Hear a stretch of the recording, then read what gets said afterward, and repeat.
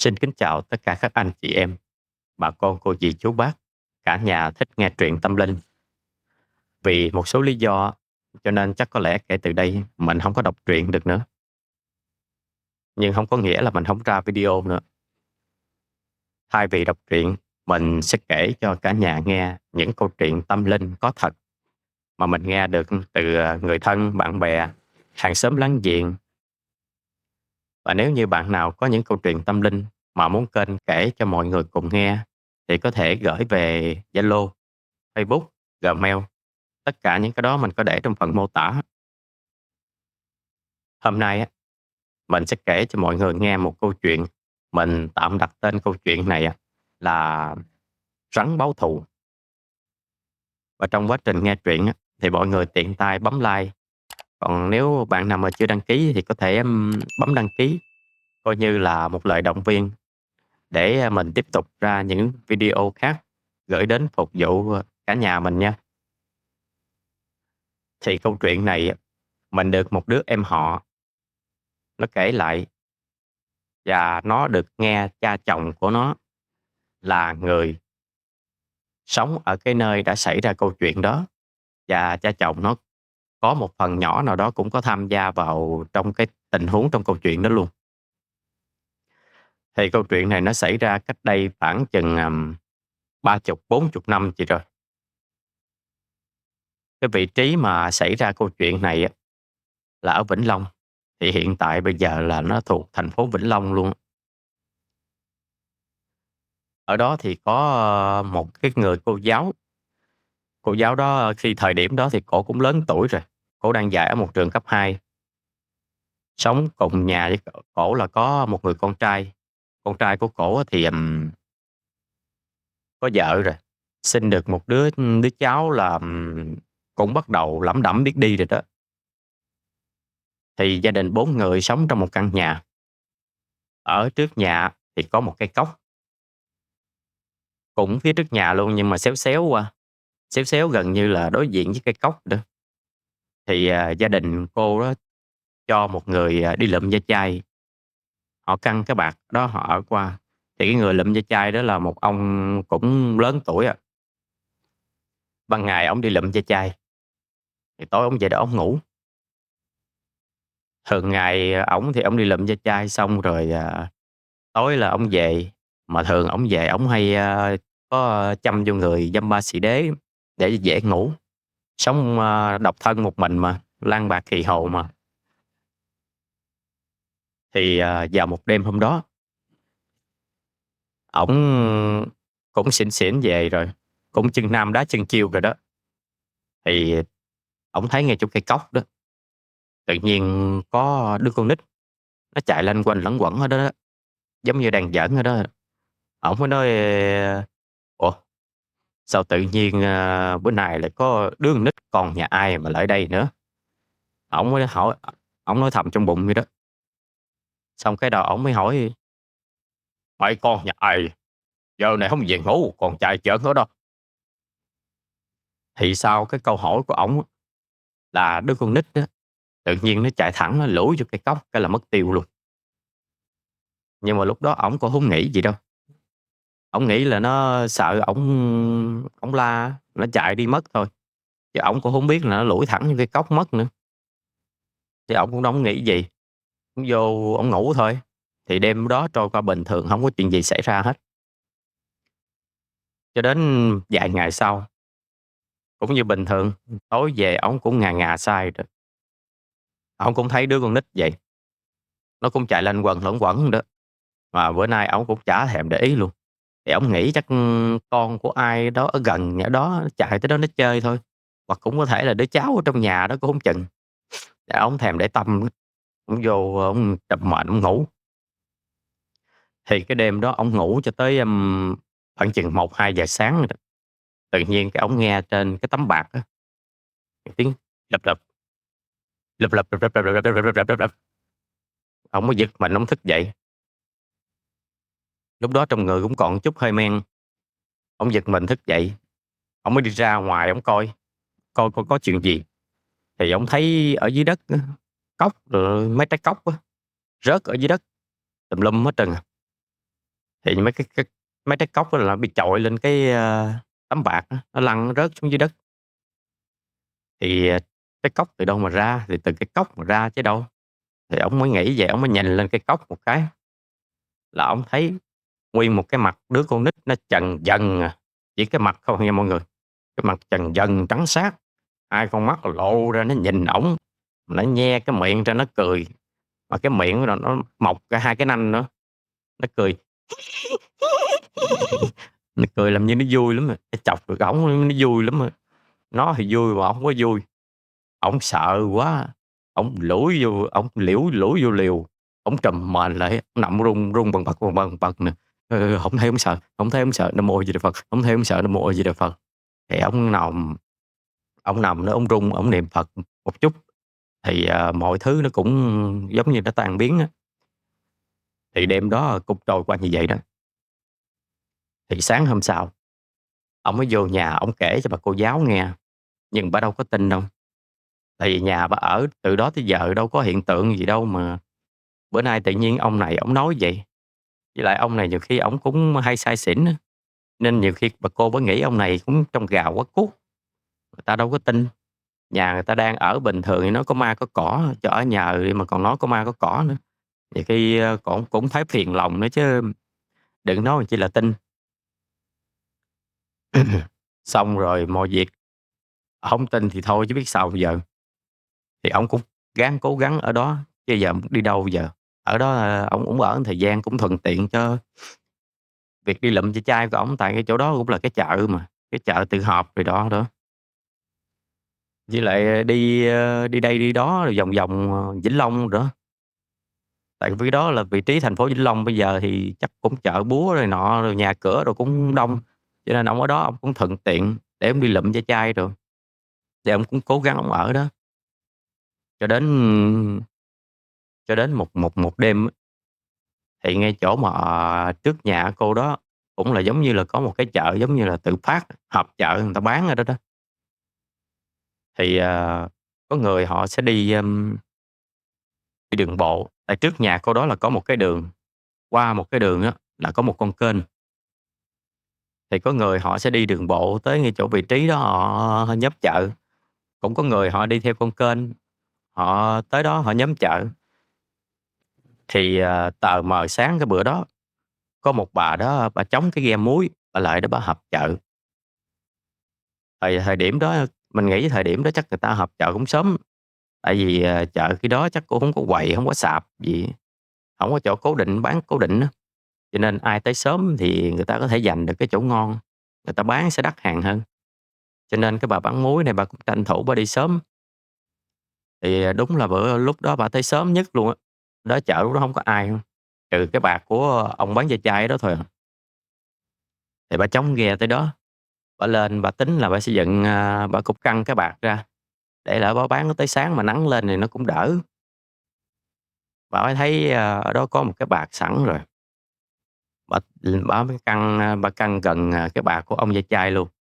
Bả lên bả dự định là bả lại bả hỏi ổng, để bả căn nhờ 2 góc bạc của ổng, rồi bả căn thêm 2 góc nữa cho nó đỡ tốn công, đỡ tốn dây này nọ rồi. Thì, bả mới lại, bả giật dây lều, bả dự định là bả nói, "Tui đi bán muối, cho tui, căn nhà dây lều nha." Thì bả mới giật lại, ổng mới dậy, thì người cũng đang mơ mơ màng màng mà, đang ngủ say rồi tự nhiên có người kêu dậy, mơ mơ màng màng. Thì ổng dậy rồi ổng thấy bả, ổng mới hỏi: có gì hông?" Cái thì bả cũng tính nói cái câu hồi nãy á: "Tui đi bán muối, cho tui, căn nhờ, cái bạt, ở đây, để sáng tui bán cho đỡ nắng."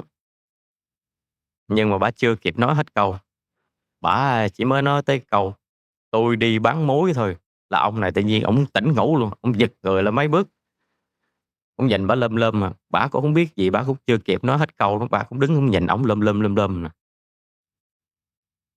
Thì, tại vì mấy ngày trước á, ổng bị nhắc ma mà, cho nên ổng cũng còn ớn ớn, sợ sợ lắm. Mà theo cái từ ngữ địa phương của mình á, thì đi bán muối á, cũng có nghĩa là đi đăng xuất khỏi thế gian rồi, cho nên ổng nghe cái là ổng hết hồn, ổng sợ, ổng tỉnh ngủ luôn mà. Thì hai người đứng nhìn nhau lum lum, hổng hiểu, hổng biết người này là sao, người kia như thế nào mà lại có thái độ như vậy. Thì chưa kịp có phản ứng là tự nhiên hai người cùng nghe cái tiếng cười của đứa con nít.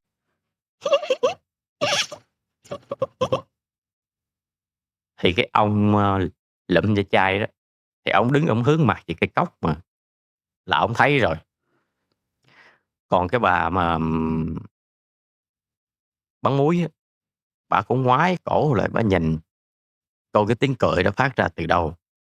Thì khi này cả hai bắt đầu đều nhìn lên cái cốc, cũng thấy nguyên cái mặt đứa con nít trắng xát trần dần, nhe miệng ra cười, đưa hai cái nanh ra cười, là cả hai á hổng nói hổng rằng gì hết, cùng nhau mà tốc chạy. Là rồi cái ông lượm ve chai là ổng thấy bữa nay chắc cũng tới công chuyện rồi đó, tại vì ổng nghĩ cái bà này cũng là ma mà, vừa ma lớn vừa ma nhỏ à, bữa nay, vừa ma lớn vừa ma nhỏ nó nhát luôn. Ổng thì chạy phía trước, bà này thấy ổng chạy cũng chạy theo, tại vì mình sợ ma mà, thấy có người thì mình chạy theo người chứ dại gì chạy chỗ khác, đúng hông? Thì ổng chạy phía trước, bả cứ rượt theo phía sau, tiếng bước chân bịch, bịch, bình, bình, bịch. Lúc này ổng hết chịu nổi luôn rồi, là ổng la hét toáng lên. Bà này chạy phía sau cũng sợ, hét lên: "Trời ơi, ma, ma, ma!" Thì hai người cùng la vậy, để trong nhà mọi người nghe tiếng hét, người ta mới ra. Lúc đó bắt đầu mọi người bắt đầu mới ra, mới tụ tập lại đông. Thì ông này ổng mới biết cái bà này là bả đi bán muối thiệt, bán muối theo kiểu đúng bán muối chứ hông phải là bán muối theo kiểu mà đăng sức khỏi thế gian. Đó, xong rồi chờ tới khi trời sáng á, cái đầu mọi người mới tới tới nhà của cô giáo, mới kể cho cô giáo nghe cái chuyện vậy. Thì, mọi người ở đó nhiều khi họ cũng thấy rồi đó, nhưng mà hổng tiện nói ra, tại vì nhà của người ta ở từ đó trước giờ hổng có gì, bây giờ tự nhiên nói có ma này nọ, nhiều khi hổng được gì mà người ta ghét nữa. Nhưng mà bây giờ thôi sẵn dịp, người ta nói luôn, ta kể, thì cô giáo bắt đầu tin rồi. Một người nói hông tin chứ nhiều người nói, thì phải tin thôi, ai rảnh đâu mà họp lại chọc bả làm gì, đúng hông?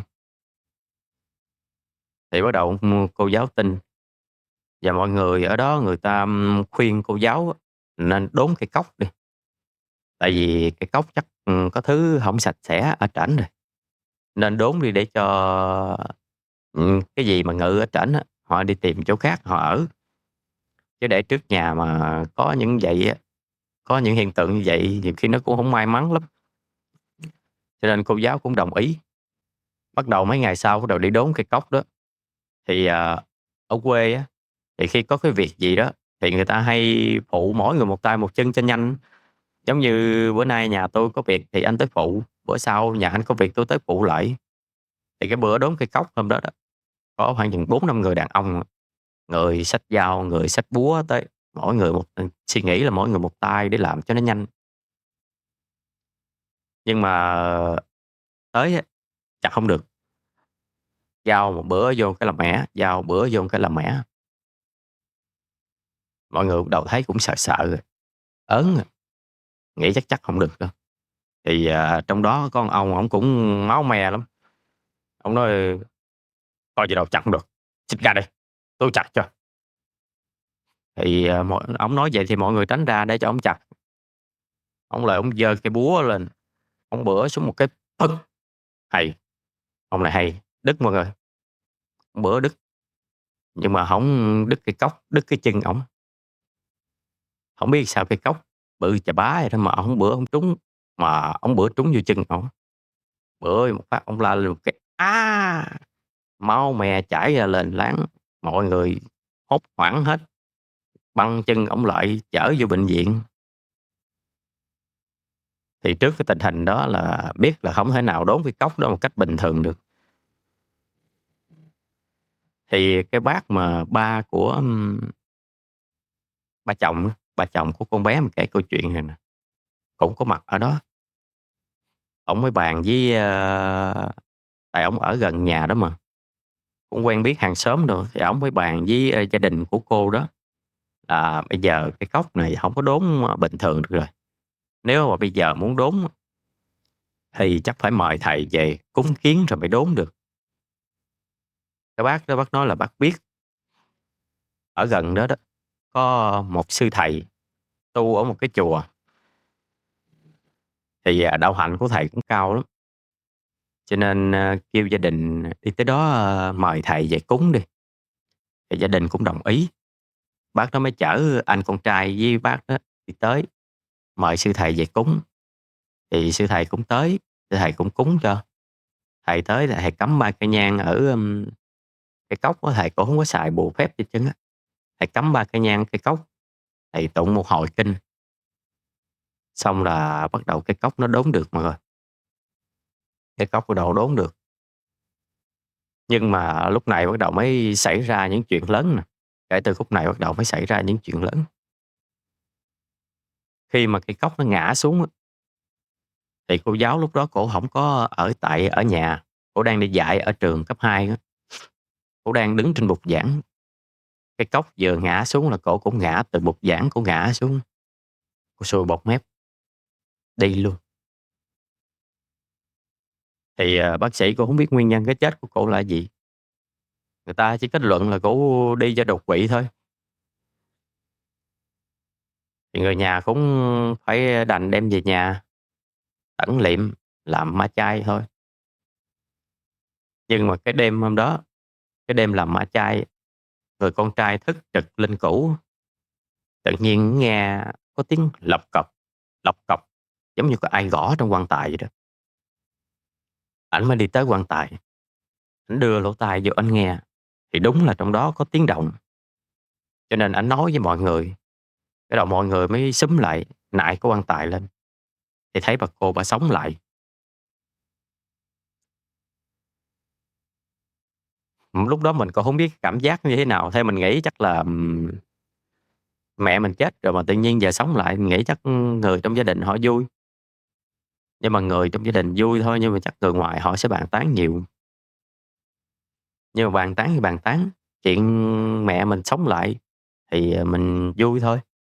Thì, nhưng mà cô giáo á, cổ sống lại nhưng mà cổ hổng có khỏe mạnh giống như là bình thường, cổ chỉ nằm được một chỗ mà thôi. Ban ngày á, thì cổ nằm trên giường, cổ li bì, nhắm mắt lim dim, mà đặc biệt, cổ thở kỳ lắm, thở thở giống như mà rắn hổ mang nó khì vậy đó mọi người. Thì ban ngày là như vậy, ban đêm bắt đầu cổ bật người dậy cổ trợn mắt, trợn trắng lên vậy nè, cổ đòi ăn. Mấy ngày đầu thì đòi ăn á thì, mẹ mình bệnh thì, đòi ăn thì mình cho ăn thôi. Thì ban đầu anh con trai ảnh nghĩ là cô đó cổ bị bệnh, ốm yếu gì đó, chắc, ăn cơm này nọ đâu hổng nổi đâu, cho nên mới nấu cháo cho cổ ăn. Nhưng mà đem cháo ra thì cổ hổng chịu ăn, cổ nói: "Hông, tao hông ăn cháo, tao muốn ăn thịt, tụi bay mần gà mần thịt cho tao ăn." Đó, cổ đòi ăn gà. Thì, phận làm con mà, cha mẹ bệnh thì muốn ăn gì thì mình cho ăn đó thôi. Ở trong nhà có sẵn nuôi mấy con gà đó, thì ảnh bắt ra ảnh mần đem lên cho ăn. Nhưng mà ăn là mặc dù bệnh vậy nha, nhưng mà cái cô đó cô ăn hết nguyên con gà luôn mọi người. Thì sau thời gian đó thì, anh con trai với cô con dâu chăm sóc, mà chỉ mới có một thời gian khoảng chừng 1 tuần, nửa tháng gì thôi. Mà khi cô con dâu mà phụ trách tắm rửa cho cái cô đó đó, là bắt đầu thấy sau lưng á, thịt bắt đầu nó lở loét, có dấu hiệu bị thối rữa rồi.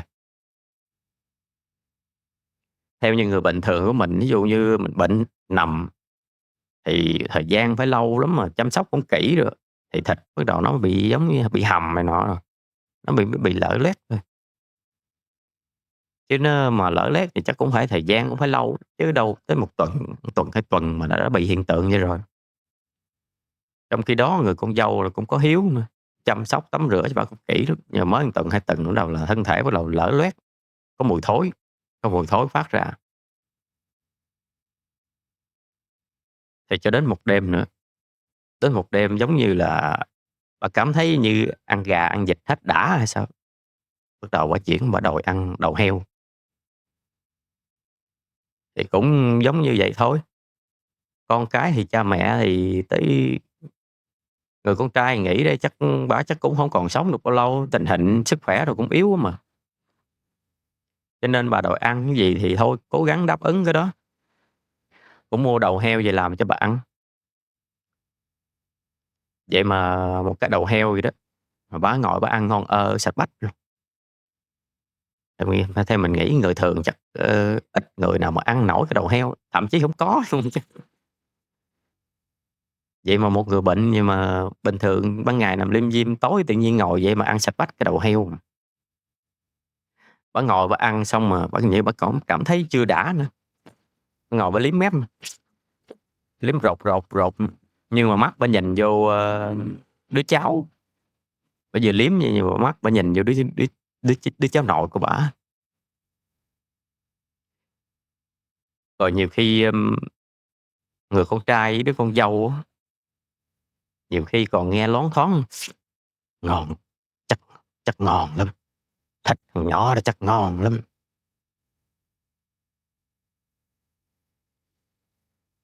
Cho đến một đêm bả hổng còn kiềm chế được, bả nói thẳng: "Tao hông muốn ăn đầu heo nữa, tao hông muốn ăn đầu heo nữa, tao hông muốn ăn thịt thằng đó đó, tao hông muốn ăn thịt thằng đó đó." Là lúc đó cái đầu nhà bắt đầu là không còn chịu đựng được nữa mọi người. Người con trai với người con dâu hông còn chịu đựng được nữa. Cho nên anh con trai á, mới kêu vợ mình á, bây giờ thôi bồng đứa con mình á, đi về bên ngoài ở đi. Tức là về nhà má của, cái chị đó ở.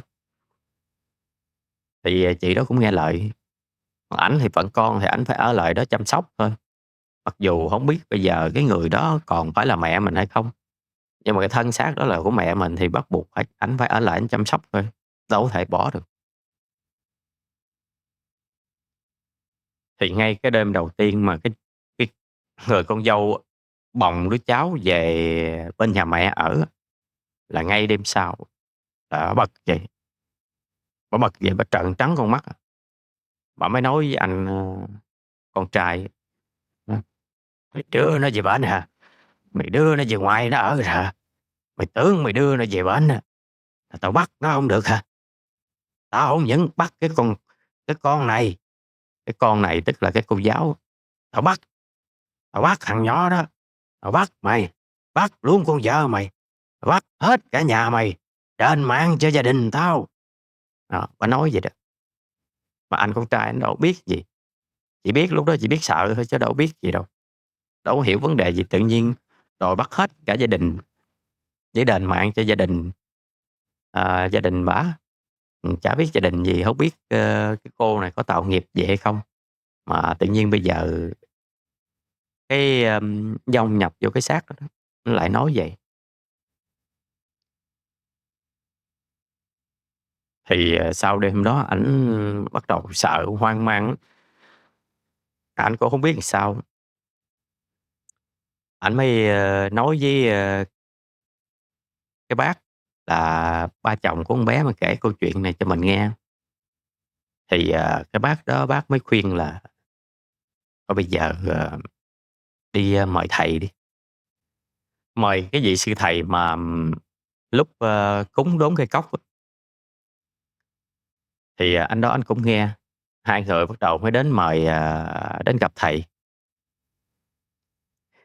Nhưng mà lần này đến gặp á thì thầy ổng hông chịu đi, ổng nói: "Bây giờ mà tôi có đến cũng hông làm được cái gì hết á, thôi, hai người về đi, khi nào mà cái thời điểm nó đến, cái thời khắc nó đến thì, tôi sẽ đến." Thì anh con trai ảnh nghe vậy ảnh cũng năn nỉ dữ lắm, nhưng mà thầy vẫn một mực từ chối, thầy vẫn kêu: "Thôi hai người về đi, tôi đã nói rồi khi nào cái thời khắc nó đến thì tôi sẽ đến, và tôi đến tôi cũng hông cần làm gì hết trơn, tôi sẽ tụng một hồi kinh cầu siêu là bà nhà bả sẽ ra đi thôi à, chứ hổng cần phải làm gì hết á." Thì, sư thầy đã nói vậy rồi, thì anh đó cũng hết cách à, anh đi mới ra về. Ra về thì anh nghe mọi người, chỉ là ở Châu Đốc, ở đâu ở Chú Đốc ở Châu Đốc, Núi Két, cũng có một ông thầy ổng cũng giỏi lắm, ổng có một đứa đệ tử nữa, hay là kêu ảnh lên trển á, mời thử, thầy đó về coi coi sao. Thì, anh cũng nghe vậy anh cũng quyết định là anh đi, anh qua anh bàn với vợ là thôi, ngày mai á, sáng mai em qua em coi mẹ ăn bữa đi, rồi anh đi, Châu Đốc, anh mời thầy về coi thử coi sao, chứ để tình hình này kéo dài không ổn rồi. Thì người vợ cũng đồng ý, là bữa sau anh tính đi, là ngay cái đêm mà trước trước bữa đi á, là bà bật dậy, bà ngồi, bà nói, bà nói: "Mày tính đi mời thầy hả?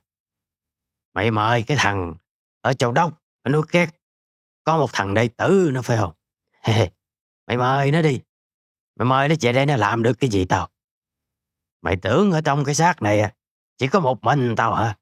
Một chục người ở trong. Mày mời nó về đây, nó làm được cái gì tao? Mày đi đi, giữa đường tao xô xe cho mày với thằng thầy đó, chết giữa đường, chết bờ, chết bụi." Anh này anh nghe anh sợ quá trời mọi người. Tại mặc dù lúc mà bàn chuyện là bàn bên nhà vợ mà, đâu có nói năng gì cho gần bả đâu bà biết, nhưng bà cũng biết, bà nói danh dách vậy đó. Anh nghe anh cũng sợ, anh không dám đi, không biết là nó có khả năng gì ở đó nữa, cho nên nhiều khi đi, biết đâu nhiều khi nó có khả năng nó xô xe thiệt sao mọi người. Lỡ như mà có chuyện gì á thì, vợ trẻ con thơ ở nhà ai mà lo, cho nên anh hổng dám đi. Và mọi chuyện thì cũng cố gắng cầm cự vậy đó, cho đến một hôm, tự nhiên đứa con trai á, ở bên nhà ngoại á, tự nhiên giữa đêm mọi người ngủ hết à, cái bắt đầu nó bật người dậy như người mộng du vậy. Nó ra tự động nó mở cửa, nó đi từ nhà ngoại cho tới nhà nội, tức là tới nhà cô giáo á, nó đi là gần tới cửa rồi đó. Nhưng mà may mắn đêm đó làm sao á, cái bác mà kể, câu chuyện này nè, đêm đó ổng làm văn phòng, ổng đi, đi trực, ổng đi vòng vòng ổng trực, thì ổng thấy thằng nhỏ đi gần tới cửa rồi, ổng mới nắm ổng kéo lại, thì ổng thấy thằng này thì ổng biết rồi, con của cái anh trong nhà đó anh biết rồi, ổng mới la lên, ổng kêu lên, chứ con nít con nôi đi ban đêm ban hôm có một mình, hổng có mẹ, hổng có cha đi theo hết. Ổng mới la lên ổng kêu trong nhà, anh đó trong nhà ổng tốc, ổng chạy ra ổng thấy ổng cũng hoảng hồn luôn, ổng cũng hông biết chuyện gì xảy ra nữa. Thì thằng nhỏ lúc này bắt đầu nó cũng tỉnh lại, nó cũng đâu có biết gì đâu. Chưa mọi người anh này với cái bác nó cũng chưa biết chuyện gì xảy ra nữa, thì ở trong nhà bả cũng bật dậy luôn, cũng dậy bật dậy, bả dữ lắm, lúc này bả ghê lắm, khỏe lắm, bà hông còn ngồi chỗ, hông có nằm chỗ nữa, bả đứng dậy luôn, rồi: "Đem nó vô đây, tao phải bắt nó, đem nó vô đây!" Xong rồi bả lao ra, anh này với bác đó cũng hoảng à, xanh mặt luôn á, đầu mới la lên mọi người ở gần đó họ mới qua. Vậy mà 4-5 người đàn ông á, phải hợp sức lại mà còn muốn làm gì làm hổng lại bả, 4-5 người phải hợp sức lại mới trối bả lên giường được. Thì cũng ngay cái thời điểm đó, nhà nhà sư lại xuất hiện luôn, thì nhà sư tới, thì lúc đó mọi người hoảng loạn mà thấy sư tới thì giống như là chết đuối mà vớ phải cọc. Mừng nhất là anh con trai á, anh mới kể lại đầu đuôi diễn biến nãy giờ á, cái, sư thầy mới hỏi ngày sinh tháng đẻ của, thằng con trai của anh đó là ngày gì, thì anh nói, cái sư thầy mới tính toán là sư thầy kêu, thôi bây giờ, kiếm giùm 3 người đàn ông tuổi Thìn đi. Thì anh ấy cái anh đó anh hỏi loanh quanh luẩn quẩn một chút thì cũng tìm được 3 người đàn ông tuổi Thìn. Thì khi có mặt 3 người đàn ông rồi thầy mới kêu là bây giờ 3 người đàn ông này nè, ngồi 3 góc, giữ thằng nhỏ cho nó xoay mặt về hướng đông. Xong xuôi hết rồi á, thầy mới là cái dông đó thầy nói chuyện. Tức là cô giáo á, lại ngay chỗ cô giáo nằm đang bị trói trên giường, cô giáo nói chuyện. Thầy mới nói là thôi đủ rồi, cái nghiệp á, của cái xác này trả trên đầy đủ rồi. Thôi, đi đi, trả xác lại cho người ta. Thì, giống như những lời nói của những người chân tu, những người mà có đạo hạnh rồi đó, giống như nó có một cái năng lực gì đó, thì cái dông nó đang giãy giụa ở trên giường á, thì nó bớt giãy giụa lại, nó mới bắt đầu nó nói chuyện với, sư thầy. Nó nói: "Hông, không, tao hông có đi đâu hết á, tao phải bắt hết gia đình đó, bắt hết gia đình đó, thế mà ăn cho gia đình tao. Cái con này nè, với chồng á, ngày xưa giết cả gia đình tao, bây giờ tao phải bắt lại cả gia đình nó." Sư thầy nghe, sư thầy biết biết được cái nguồn cơn sự việc như thế nào, cho nên sư thầy, mới ra lời khuyên giải. Nói, sư thầy mới nói: "Thôi, đừng có làm vậy mà mang thêm nghiệp." Cái nghiệp mà cái người thí chủ này nè, tức là cô giáo á, với người chồng tạo ra trả đến đây là đủ rồi. Nếu mà bây giờ á, mấy cái vong hồn trong đó mà bắt bắt con cái của họ, tức là sẽ tạo ra một cái nghiệp mới, thì cái nghiệp nó sẽ oán oán nghiệp nó cứ trùng trùng điệp điệp, không bao giờ mà đứt được. Rồi sư thầy mới nói thêm á, là thôi đến đây đủ rồi, buông bỏ đi. Cái oán hận á, mấy người có thể mang trong lòng, nhưng mà chả lẽ để con cái của các người nó cũng phải mang cái oán hận trong lòng, mà nó sống một cuộc đời ma quỷ, giấc dơ giấc dưỡng đối lạnh hoài hay sao? Thôi thì, bây giờ á, cái nghiệp của cái cô này trả xong rồi, thì trả xác lại cho cổ, rồi đi theo thầy về chùa, nương nhờ kinh Phật mà tu hành, để mong mà đầu thai, để cho các con của cái vong hồn đó cũng được đầu thai chuyển kiếp một kiếp sống mới. Chứ cứ sống mà cứ kiếp ma quỷ, giấc dơ giấc dưỡng lạnh lẽo hoài cũng đâu có được. Và thầy hứa hứa là sẽ cố gắng tụng kinh cầu siêu cho cái gia đình của cái vong này nè, mau sớm được chuyển kiếp đầu thai. Thì, cái vong này nghe như nó cũng thấm á, bắt đầu nằm im không có giãy giụa nữa. Khi này á, sư thầy mới hổng có dùng bùa chú gì hết á, hổng có dùng bùa chú trục vong. Sư thầy ngồi xuống thì, đọc một hồi kinh cầu siêu, thì sau cái hồi kinh nó dứt á, là cô giáo cổ mới quay qua, cổ nằm trên giường, cổ quay mặt qua cổ nhìn đứa con trai và đứa cháu. Thì, ở khóe mắt của cô á, bắt đầu chảy ra hàng nước mắt, xong cái cô từ từ cô nhắm mắt lại, hai tay xuôi, thân người bắt đầu xuôi, hổng còn gọng cứng nữa, là ngã, là ra đi luôn. Thì ngay cái thời điểm đó, mọi người đang đứng coi là cùng nhau chạy đi ra ngoài, ối ra mật xanh mật vàng luôn mọi người. Bạn biết tại vì sao hông? Tại vì thực chất thì cái xác của cô này chết lâu rồi. Thời điểm mà sư thầy đang tụng kinh cầu siêu nè, với cái thời điểm mà cô giáo chết là cách nhau cũng mấy tháng rồi. Nếu mà người chết khoảng thời gian đó thì thân xác bắt đầu nó đã thối rữa hết rồi mọi người. Thì khi cái vong hồn này nó xuất ra trả lại cái thân xác đó thì chính là một cái thân xác nó thối rữa, là tự động nó sẽ thối rữa, thịt nó rớt ra, nó bốc mùi lên kinh khủng lắm. Mọi người đâu có chịu nổi đâu, chạy ra ói tới mật xanh, ói tới mật vàng. Thì mọi việc coi như là giải quyết xong. Cái xác của cô đó thì cũng không có chôn nữa, mà con trai á đem đi thiêu, xong rồi gởi cái xác cho lên chùa của thầy luôn. Thì, sau cái sự việc đó, mọi người mới bắt đầu, thắc mắc là hổng biết có chuyện gì mà cái vong nhập vô cô đó, nó lại đòi, giết cả gia đình, rồi nói cô này, giết cả gia đình nó này nọ là cái gì? Mọi người thắc mắc mới hỏi sư thầy. Sư thầy mới trả lời là cái này là do ngày xưa á, cô giáo với chồng cô do vô tình đập chết một cặp rắn ở ngay cây cốc. Nhưng mà cặp rắn nó mới vừa sinh con à, nó sinh ra 8 cái trứng nữa, cho nên, cô giáo với chồng mới đập luôn 8 cái trứng đó, là thành ra đã giết 10 sinh mạng. Mà mấy con rắn nó chết một cách bất đắc kỳ tử, chết tức tưởi vậy đó, cho nên trong lòng nó mang oán hận, nó hổng có đi đầu thai được, mà nó ở ngay cây cốc đó. Nó ở ngay cây cốc đó, nó nhìn hàng ngày thấy, cô giáo gia đình cô giáo sống vui vẻ hạnh phúc, còn gia đình nó thì phải chết tức tưởi, sống đói lạnh này. Cho nên nó oán hận và nó sẽ tìm cơ hội để nó trả thù.